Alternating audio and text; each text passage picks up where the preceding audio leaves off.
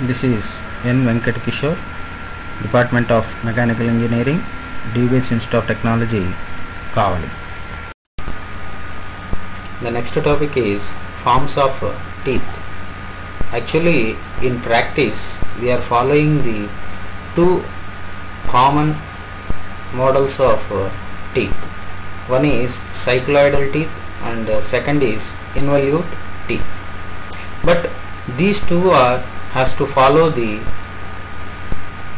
angular velocities condition, that is omega 1 by omega 2 is equals to O2 n by O1 m, that is equals to O2 p by O1 p, that we already discussed in the velocities ratios in the previous topic.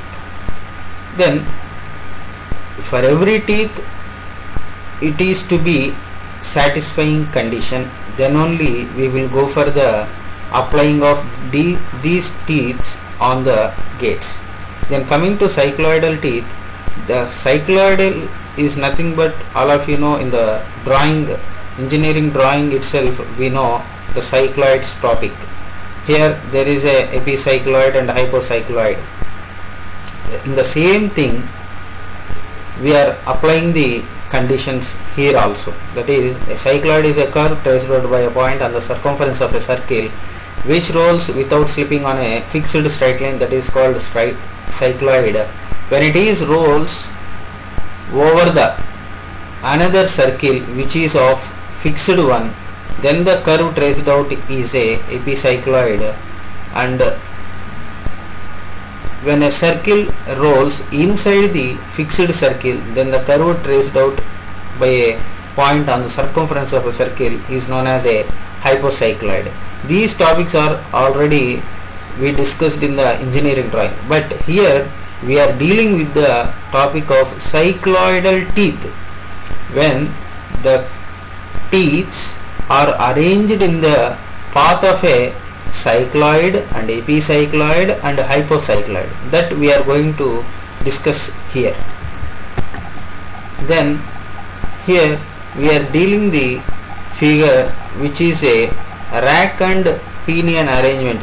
We all of you know the types of gearing system, the bevel gear, spur gear, rack and pinion, like that. This is the one of the technique of rack and pinion, that is here the fixed straight line or a pitch line of the rack is shown. Okay, when the circle which is of C rolls without slipping on a fixed straight line or pitch line, this is called a rack and pinion arrangement of the gearing system. Then when the P point, when the P point, that is the contact of this circle where on the straight line, that is pitch line, that is contact called a P, let us take it as a P.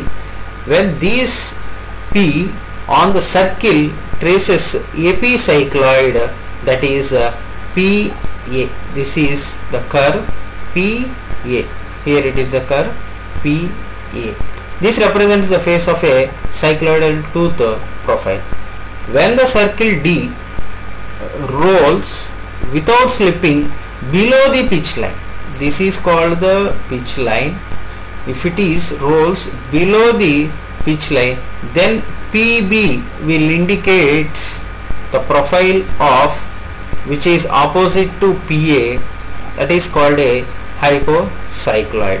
These are the varieties of teeth that are available in the gearing system. Next, what is the construction of two mating cycloidal teeth? When the construction of two mating cycloidal teeth are in contact, a point on the circle D which traces the flank of a teeth T1, when the circle D rolls without slipping on the inside of the pitch circle of wheel 1 and face of the tooth T2, that is the outside of the pitch circle of wheel 2. Similarly, a point of C will traces a face of tooth T1 and flank of tooth T2, these two are all of unequal diameters, but if several V, then comparison between involute and cycloidal gates. In actual practice, the involute gates are most commonly used as compared to cycloidal gates due to the following advantages. First one is, the most important advantage of involute gates is that the center distance for a pair of involute gates can be varied within the limits without changing the velocities ratio. Since velocity ratio at any point is to be maintaining constantly, that is omega 2 by omega 1 is O2 m by O1 m, that is to be a constant at every condition. That is the satisfactory condition for any teeth. This is not true for cycloidal gates, which requires exact center distance to be maintained. So these involute gates are to be preferable most of the conditions. In involute gates, the pressure angle from the starting of the engagement of the teeth to end of the engagement of the teeth remains constant. It is necessary for smooth running of the gates and less wear of the teeth also. But in cycloidal gate, the pressure angle is maximum at the beginning of the engagement and reduces to 0 at the end of the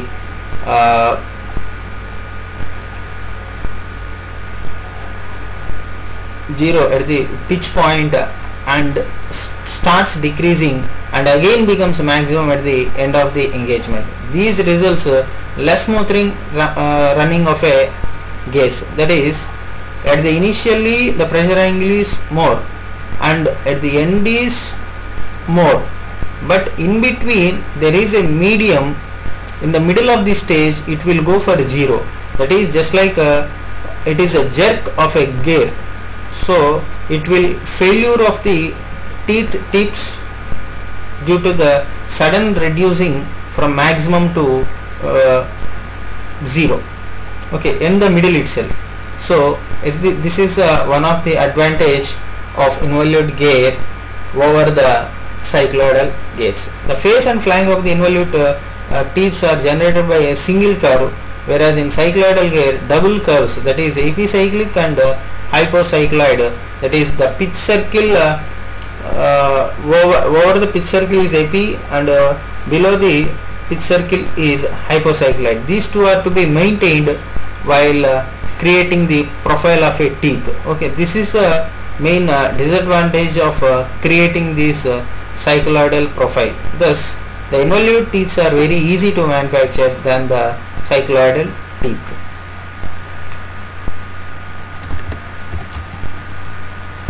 There is advantages of cycloidal gates also. Since the cycloidal gates teeth have wider flanks, therefore the cycloidal gates are stronger than the involute gates for same pitch. Due to this reason, cycloidal teeth are preferred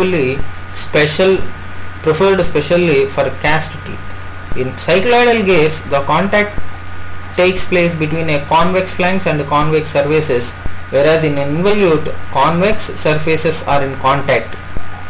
So due to this condition, the wear of the cycloidal gates are lesser when compared with involute gates.